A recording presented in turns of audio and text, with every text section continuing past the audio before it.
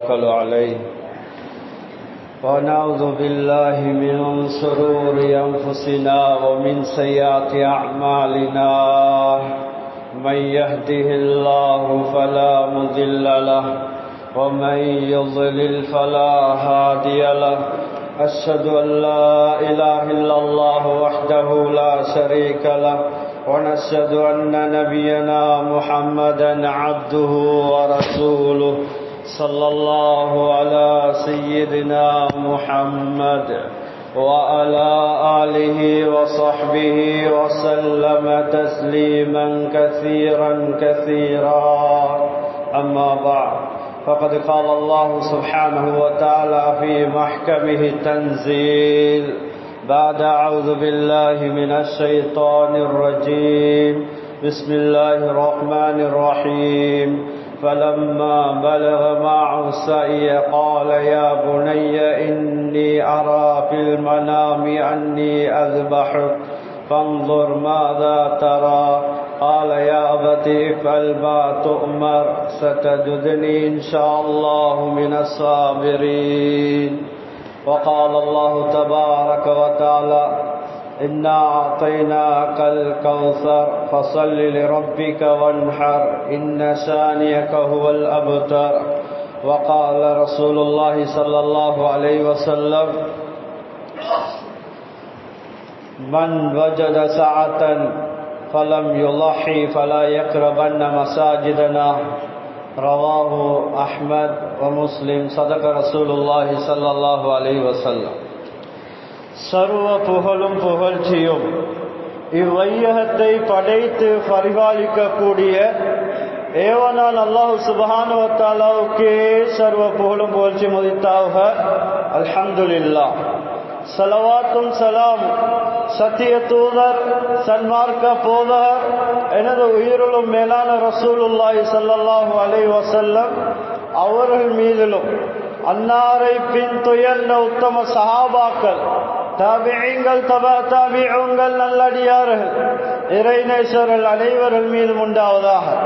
இறையில்லமாம் அல்லாஹ்வுடைய மாளிகையிலே இத்திகாஃபுடைய நியத்தோடு அமர்ந்திருக்கும் அல்லாஹ்வுடைய நல்லடியார்களே, அல்லாஹ் தஆலா வாழ்வில் எதை எடுத்து நடக்கும்படி சொல்லியிருக்கின்றானோ அவற்றை ஏந்திய அளவு வாழ்வில் எடுத்து நடக்கும்படியும் எவற்றையெல்லாம் வாழ்வில் முற்றும் முழுவதாக தவிந்து நடக்கும்படி சொல்லியிருக்கின்றானோ அவற்றை எல்லா நேரத்தும் எல்லா சந்தர்ப்பத்திலும் முற்றும் முழுவதாக தவிந்து நடக்கும்படி முதற்கண் அடியனுக்கும் அப்பால் உங்களுக்கும் தக்குவா கொண்டு வசியத்தின் நல்லுபதேசம் புரிந்தேன்.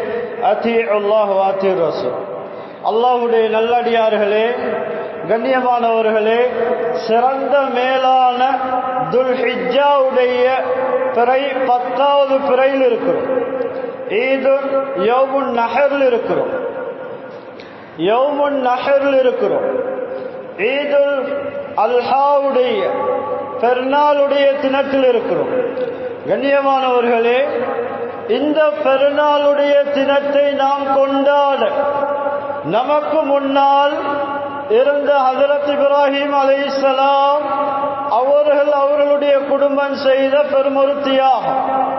கண்ணியமானவர்களே, பெருமொரு தியாகம். அல்லாஹ் தஆலா குர்ஆன்ல சொல்லும்போது ரப்பி இன்னி அஸ்கன்து மின் துர்ரியதி பிவாதி غير ذي زرع عند بيتك المحرم.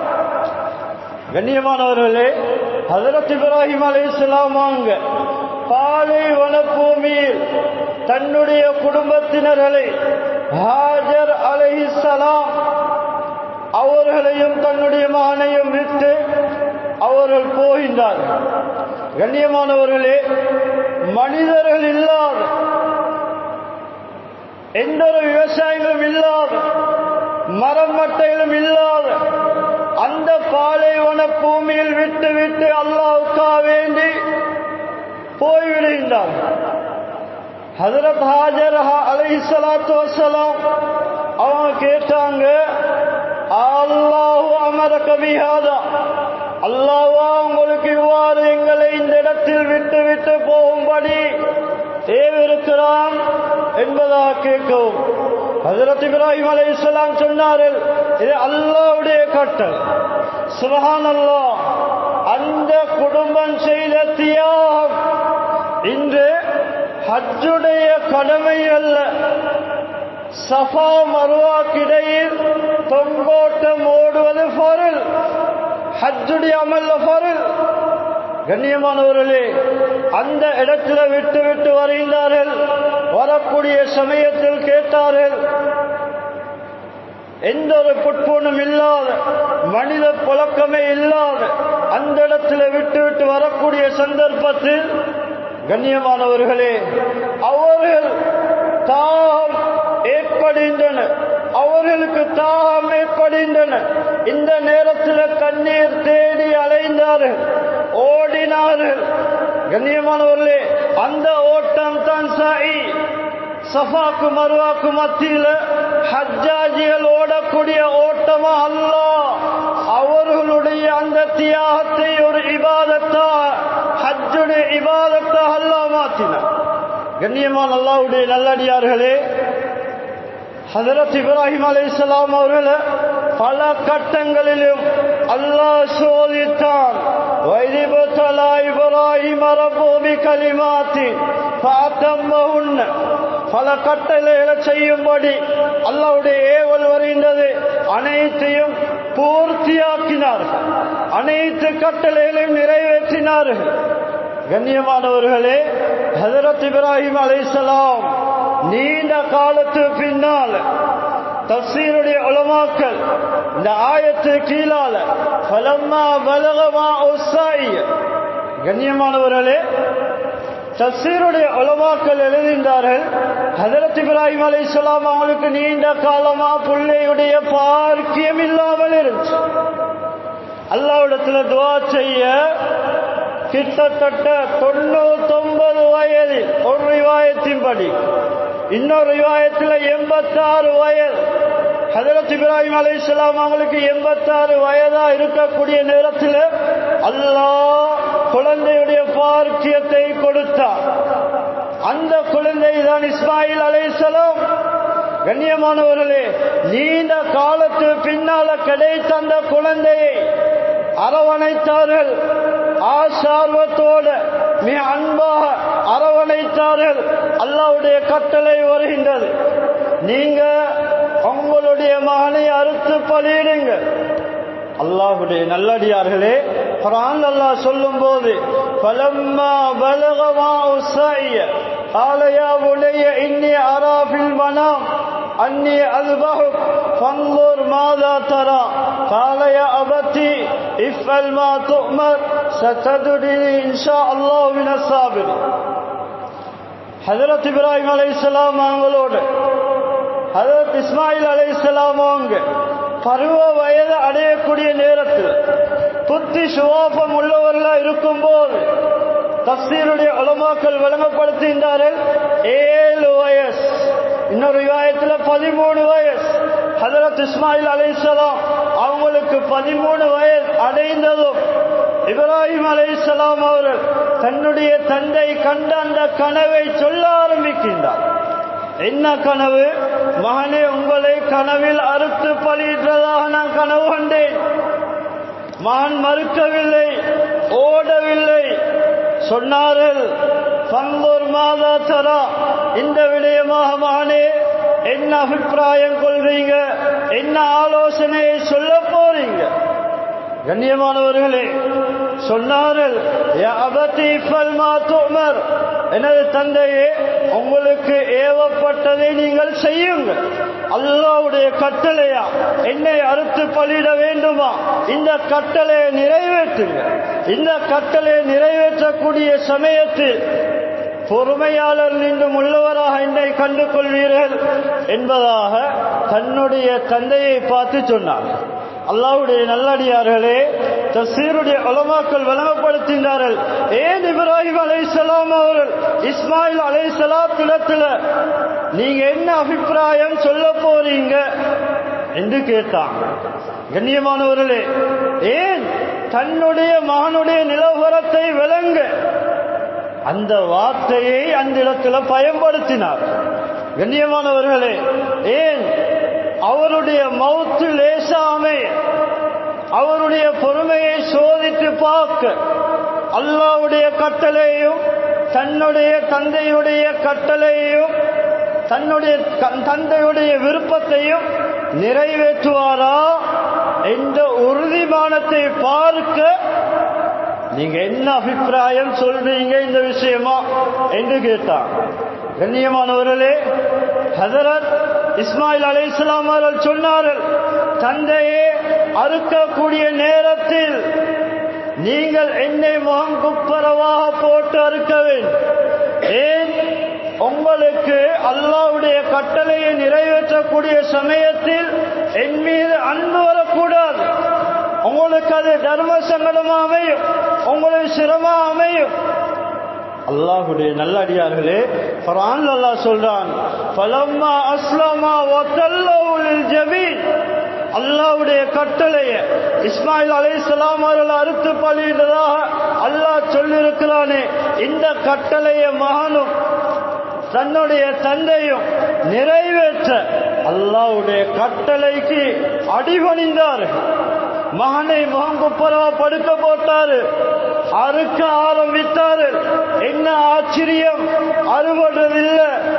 கண்ணியமானவர்களே, ஹஜரத் இப்ராஹிம் அலைஹிஸ்ஸலாம் அவங்க இந்த விடயத்தில் பாஸ் ஆயிட்டான். அல்லாஹ்வுடைய கட்டளையை நிறைவேற்ற இந்த விடயத்தில் அவர்கள் வெற்றி அடைந்து விட்டார். கண்ணியமானவர்களே, இந்த நேரத்தில் அல்லாஹ்வுடைய நல்லடியார்களே, தன்னுடைய மகனை அறுக்க அவர் முற்படும் போது அறுபடுறதில்லை. அதனால அல்லாஹ் தஆலா குர்ஆன்ல சொல்றான், வஃபதைனாஹு பிதிபின் அதீம். ஹஜரத் இஸ்மாயில் அலைஹிஸ்ஸலாம் அவர்களுக்கு பகரமாக, அவர்களை அறுத்து பலியிட பகரமாக நாம் மகத்தான மேலான சொர்க்கத்திலிருந்து ஒரு ஆட்டை அறுத்து பலியிடும்படி நாம் இப்ராஹிம் அலைஹிஸ்ஸலாம் அவர்களுக்கு சொன்னோம். அல்லாஹ்வுடைய நல்லடியார்களே, தஃசீருடைய உலமாக்கள் வழங்கப்படுத்துகின்றார்கள், இந்த ஆடு சாதாரண ஆடு அல்ல. 40 வருடங்கள் அந்த சொர்க்கத்தில் மேய்ந்த ஒரு ஆட்டை தான் அல்லாஹ் தஆலா அறுத்து பலியிடும்படி சொன்னான் என்பதாக அல்லமா இப்னு அப்பாஸ் ரலியல்லாஹு அன்ஹு அவர்கள் இந்த விளக்கம் சொல்லுகின்றார்கள். அல்லாஹ்வுடைய நல்லடியார்கள் எங்க அறுத்தார்கள்? மினால வைத்து அறுத்தார்கள். ரம்யுல் ஜிமார், கற்களை எரியக்கூடிய அந்த ஹஜ்ஜுடைய வணக்கத்தில் ஹாஜிமார்கள் கற்களை எரியக்கூடிய அந்த மினாவுடைய அந்த ரம்யுல் ஜிமார் என்று சொல்லப்படக்கூடிய இடத்துலதான் இஸ்மாயில் அலைஹிஸ்ஸலாம் அவர்களை அறுக்க முற்பட்டார். அல்லாஹ்வுடைய நல்லடியார்களே, அதனாலதான் தியாகத் திருநாள் நாம் இன்று சந்தோஷமாக கொண்டாடி கொண்டிருக்கிறோம். இதனுடைய வரலாறு, இதனுடைய பின்னணி ஹஜரத் இப்ராஹிம் அலைஹிஸ்ஸலாத்துடைய குடும்பம் தான். அல்லாஹ்வுடைய நல்லடியார்களே, அதனாலதான் அல்லாஹ் தஆலா உல்ஹியாவுடைய அமலை சுன்னத்தாக்கினார், ஷரியத்தாக்கினார். ஹஜ்ஜுடைய காலத்தில் இந்த உல்ஹியாவுடைய குர்பானி அல்லாஹ் ஷரியத்தாக்கினார். கண்ணியமானவர்களே, உல்ஹியாவுடைய அமலை நிறைவேற்றக்கூடியவர்கள் சில விடயங்களை கடைபிடிக்க வேண்டியதா இருக்கு. மார்க்கம் சொல்லித் தரக்கூடிய ஆதாபுகள், ஒழுக்க விதிகள், இவைகளை பேணி நாம் அந்த அமல்களை செய்ய வேண்டும். அல்லாஹ்வுடைய நல்லடியார்களே, ஒரு மிருகத்தை அறுக்கும் போது உபகாரமான முறையில் நடந்து கொள்ள வேண்டும். ஹதீஸ்ல வந்திருக்கின்றது, இன்னல்லாஹ கதபல் இஹ்சான அலா குல்லி ஷைஇன் فإذا قتلتم فأحسنوا القتلة وإذا ذبحتم فأحسنوا الذبحة وليحد أحدكم شفرته وليريح ذبيحته. சஹீஹ் முஸ்லிம்ல வரக்கூடிய ரிவாயத். உல்ஹியா, அந்த பிராணியை நாம் குர்பானி கொடுக்கக்கூடிய நேரத்தில் ரசூல் ஸல்லல்லாஹு அலைஹி வஸல்லம் அவர்கள் சொல்லி தந்த ஆதாபு, ஒழுக்க விதிகள், அதை கவனத்தில் கொள்ள வேண்டும். அல்லாஹ் தஆலா ஒவ்வொரு விடயத்திலும் உபகாரமா நடந்து கொள்வதை அல்லாஹ் கடமையாக்கி இருக்கிறார். அதனால கொலை செய்ததா இருந்தாலும் சித்திரவாதம் இல்லாமல் அழகான முறையில் கொலை செய்ய வேண்டும். ஒருவர் கிசாஸ் கொலைக்கு கொலை செய்ததா இருந்தா சித்திரவாதம் இல்லாமல் அழகான முறையில் அந்த கொலையை நிறைவேற்ற வேண்டும். அறுப்பை அறுக்கும் போது அழகான முறையில் அந்த அறுப்பை ஆக்கிக் கொள்ள வேண்டும். உங்களோட பிராணி கொடுக்கக்கூடிய நேரத்தில் அழகான முறையில் அதை அறுக்க வேண்டும். சித்திரவாதம் செய்யக்கூடாது. ரசூல் ஸல்லல்லாஹு அலைஹி வஸல்லம் சொன்னார்கள், உங்கள் ஒருவருடைய கத்தியை நன்றாக தீட்டிக் கொள்ளட்டும் என்று சொன்னார். ஏன் காரணம்? கூர்மை இல்லாத கத்தியினால் மொட்டை கத்தியினால் அறுக்கக்கூடிய நேரத்தில் அந்த பிராணி கஷ்டப்படுறதை பார்க்கிறோம். சித்திரவாதம் உண்டாகும். அந்த பிராணி கஷ்டமா இருக்கும். அதனால மார்க்கம் சொல்லக்கூடிய புத்திமானி கத்திய கூட நன்றாக தீட்டிக் கொள்ளும்படி மார்க்கம் எமக்கு அழகான முறையில் சொல்லித் தருகின்றது. அடுத்ததாக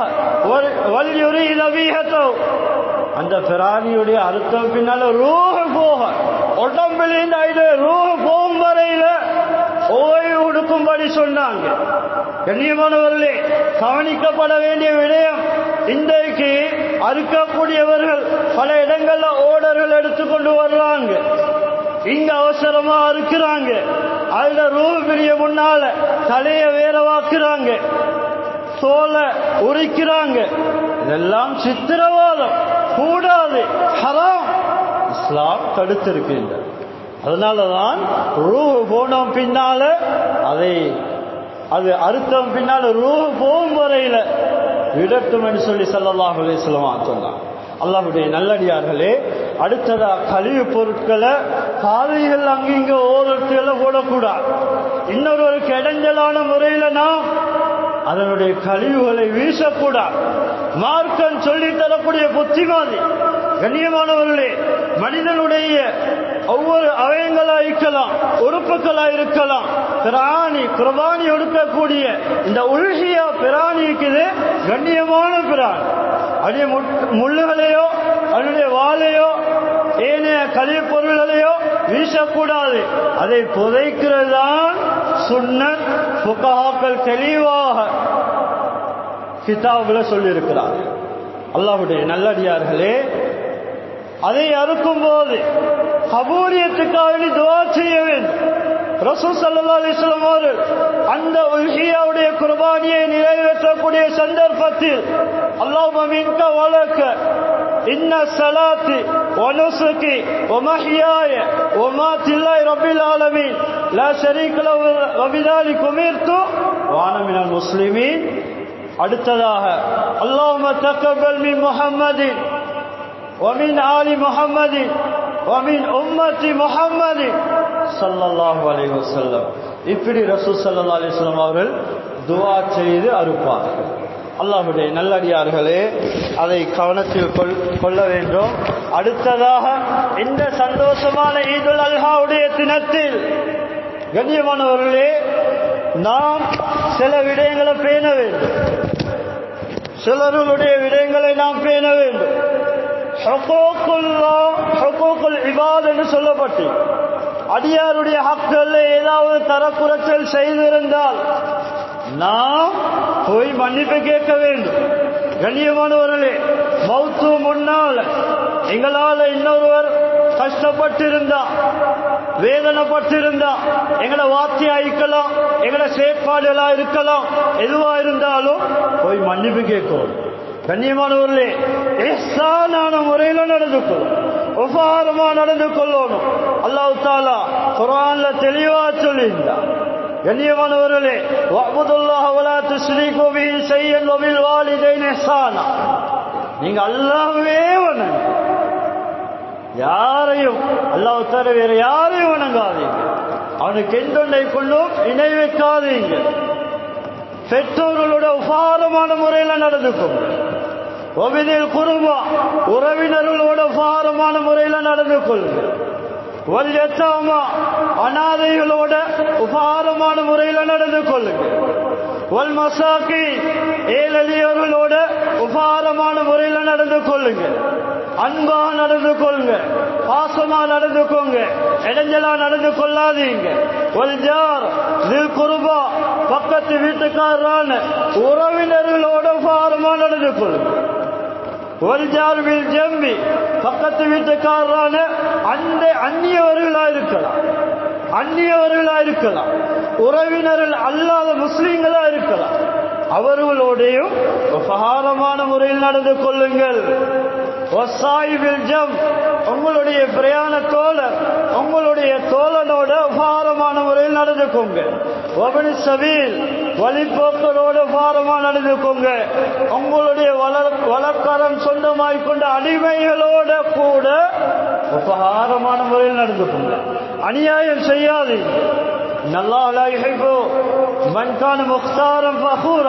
நிச்சயமா சத்தியமாக பெருமை அடிக்கக்கூடியவர்களை அல்லாஹ் விரும்புவார்.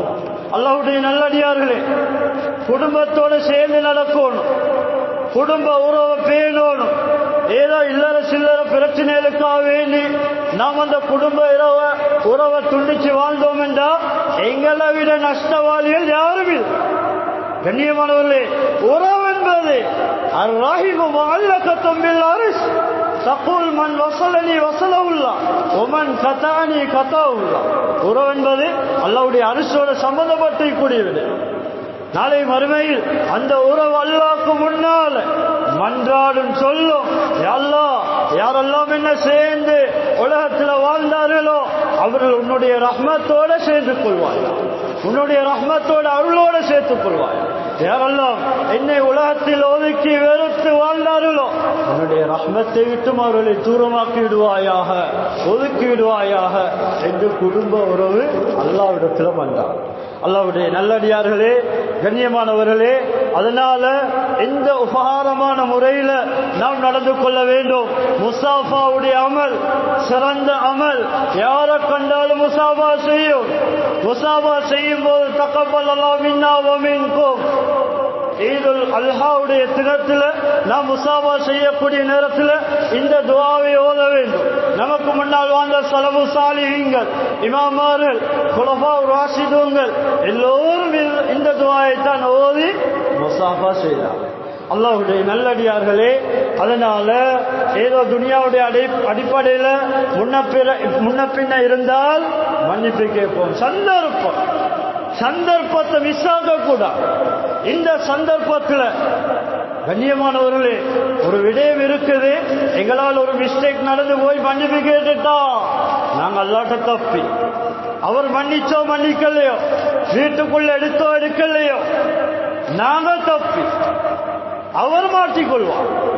அல்லாஹ்வுடைய நல்லடியார்களே, ஹதீஸ்ல வந்திருக்குது, உறவை பேணி நடக்காத சந்தர்ப்பத்தில் செய்யக்கூடிய அமல்கள் முதல் வானத்துக்கு மேலாளவோ எங்களை துஆ கபூலியத்தாகாது, எங்களை இபாதத்துகள் கபூலியத்தாகாது.